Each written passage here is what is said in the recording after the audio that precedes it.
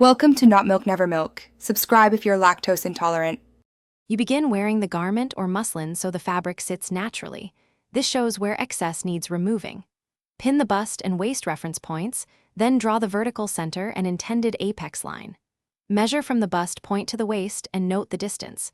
This establishes dart length. Once done, transfer marks to the fabric with chalk or erasable marker. Make sure to keep the garment flat while you mark to avoid twisted darts. Now assess the dart intake. Pinch out the excess and measure across at the waist or bust level to get total intake. Divide that number by how many darts you plan to use, and mark equal left and right legs from the center line so placement stays balanced.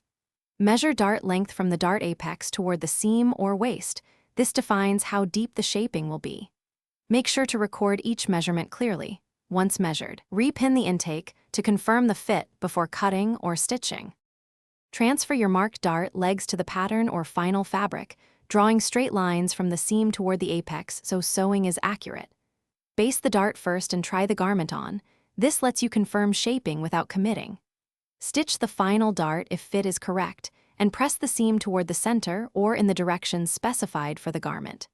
If fit is off, adjust intake or length by a small amount and rebaste. If puckering appears, check seam allowance and easing for correction. Thanks for watching. If this was helpful, leave a like and consider subscribing. See you next time.